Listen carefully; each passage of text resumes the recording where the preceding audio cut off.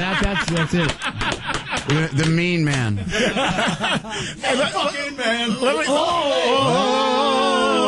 Leave it to me to be the first guy to break the cherry. Yeah, have another brew. Leave it to the pro wrestler over here, huh? It's always me. Axl, were you into a lot of metal growing up? Were you a metal freak like all of us? Yeah. What bands did you love? What were your the bands you just worshipped as a kid? Well, Sabbath. Yeah, of course. Yeah. So. Now, let me ask you this, because a lot of people that come in here, like I'm 41, Baz is a couple years younger, Scott's the same age. We got to get into that. Great. No. I'm not asking you. Great. No, I'm asking you that. I'm just trying to get the timeline. Where's my Geritol? No. I'm not asking you like that. I'm asking you because... I need some Ensure. For us, my first Sabbath album was actually Heaven and Hell. So I'm wondering, where did you come in Sabbath? Were you into... I got Heaven and Hell and then went back.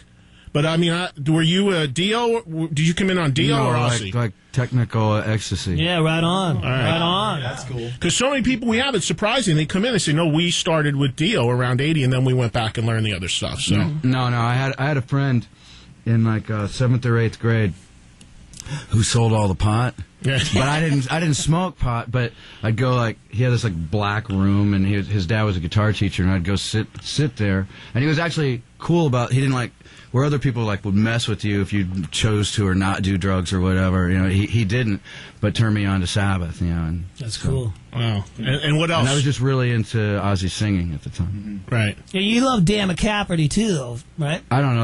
I would listen to about every. I can't right now to figure out what I listened to at the time. Were you a Kiss fan at all? I liked the hits that were on the radio. I mean, the same car he's talking about, I would ride around, and sneak up on people at the bus. If it had a really loud stereo, sneak up on them at the bus stops and start Dr. Love. That was Dr. Love has always been one of my favorite songs because they played it on AM radio, and if you know Gene, walking out of school, and you know Gene's World, and you think about Gene's World backstage and where his tongue was going, I can't believe they played that song on AM radio back in the day. Especially the little bridge part. You're not the only one I ever had. And what about Christine 16? Right. Yeah. What was that about? What does the metal party goes? Yeah, I don't understand the meaning. I remember seeing you walk out of school that day. That day, I knew, I've got to have you. Yeah, and he's like 20-something, and he's in beat-up cars. Wait, the best part about that, cruising to high schools. Here it is. It's creepy. It is, isn't it? And the best part is out of that, he goes, she's been around, but she's young and clean. Dude, the best Gene lyric, though, is in Going Blind when he says, I'm 93 and you're 16. 93. I know, that's perfect. That used to scare me, that song. 63 wasn't bad enough. Yeah. Oh, man. Cool. By the way, Ed, drunk Gene will be expecting a royalty check. No, I just played Christine 16 on New York radio. I get 3 cents on that, please. Payable to Gene Simmons Empire. You'll get that call. No doubt, man. So what do you want to play? You want to play some music? You want to talk to some people? You want to just hang? What do you want to do? I'm asking the room. Let's play some music. What do you want to hear? Christine 16 or he wanted the Nazareth song. Doesn't matter to me. I've got the Nazareth song, but it's a live version. I don't know if it's bogus or not. Thin Lizzy. Thin Lizzy. Wow, yeah, hey, I'm a rocker by Thin Lizzy. I'm a rocker. You have that? Yeah, of course I do. All right. Close personal friend John Sykes, Ed. Yeah, but this is pre-John Sykes. Or, Bad Reputation. Could be appropriate. Cowboy song. Yeah. Do what you want to do is a great You really song. want to play a cowboy song in the Brokeback Mountain days? Oh! Nice.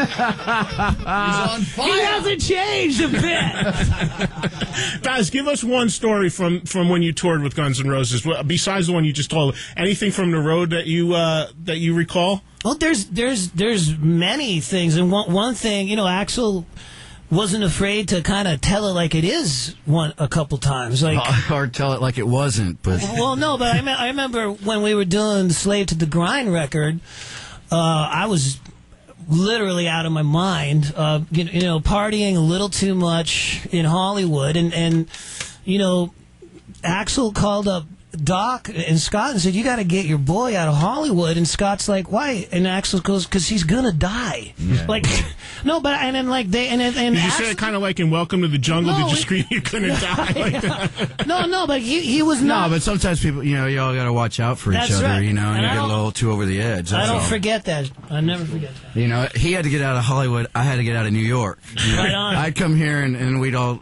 after like about a couple of weeks or something, we'd be like, we gotta get out of here. We're gonna die. Because you're the one who's now the bartender at the hotel. And And then you were telling me the other day that you lived in China for 3 months. yeah, we went and stayed in China for about 3 months. Yeah, in Shanghai, Beijing, and Xi'an. What is that like? Well, he filmed. Like they eat a lot of bugs. What is it, like the Fear Factor show? Or Absolutely. How long ago did you live there? did you eat bugs? No, I didn't live there. We just went and stayed there a couple of years ago. A couple years ago. That inspired the name of the album at all? No, it was before that, but then I just thought I should go. Okay. And I wanted to go before they banned me. Yeah, really. So, Chinese democracy, that doesn't quite work for the government over Hey, there. let's give him his. I want to ask you this: what do you think of that jag-off band, The Offspring?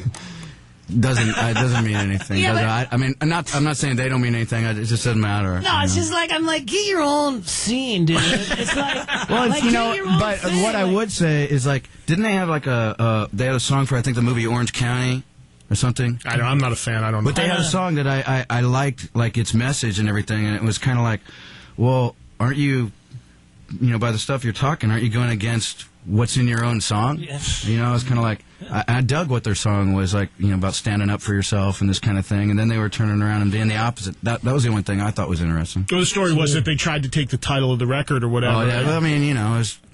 it didn't work. Sebastian Williams Every time beat him somebody, up. every time a lot of people are putting out a record, it's like, it's okay. Well, let's talk about this. Like, Right. get Do your you own pay thing. attention to that, Axl? Do you care, like, all the speculation in the media and this and that? Do you even pay attention to it? Do you not at follow all. it? Never.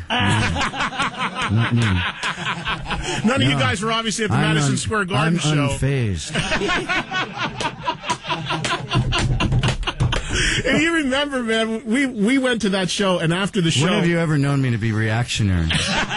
The first time I ever met you, we were opening for Aerosmith at the LA Forum, and the first knock on the door was David Lee Roth. He goes, "Hey, No, man!" you and I were telling him Yes. that he was like one of our biggest influences, our biggest inspirations. First thing is like we meet, and he has 2 joints and 2 beers and hands me one of each. Is that Sebastian or Roth? Sebastian, Okay. and then we start singing "Train Kept a Rollin'" because I know I'm going to go sing it with Aerosmith. Right.